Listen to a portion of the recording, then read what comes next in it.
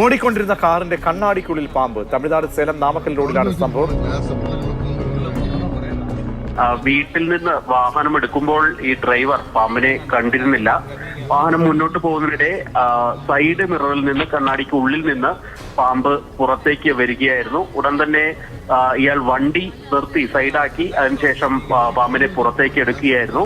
ഏതായാലും ഇതൊരു മുന്നറിയിപ്പ് നൽകുക തന്നെയാണ്. നമ്മൾ വാഹനം എടുക്കുമ്പോൾ ദീർഘനേരമൊക്കെ പാർക്കിങ്ങിൽ കിടന്ന വാഹനം തിരിച്ചെടുക്കുമ്പോൾ ഇത്തരത്തിൽ ഇഴജന്തുക്കളൊക്കെ അതിൽ കയറിക്കൂടാനുള്ള സാധ്യതയുണ്ട്. പലപ്പോഴായി നമ്മൾ ഇത് കണ്ടിട്ടുള്ളതാണ്. ഇരുചക്ര വാഹനങ്ങളൊക്കെ എടുക്കുമ്പോഴും മറ്റ് ഭാഗങ്ങളിൽ നിന്നൊക്കെ പാമ്പുകൾ ഇങ്ങനെ കയറുന്ന ഒരു അവസ്ഥയുണ്ട്. പ്രത്യേകിച്ച് ഈ കാടിനടുത്തൊക്കെ വാഹനങ്ങൾ പാർക്ക് ചെയ്ത് കിടക്കുമ്പോഴൊക്കെയാണ് ഇത്തരം സംഭവങ്ങൾ ആവർത്തിക്കാറ്.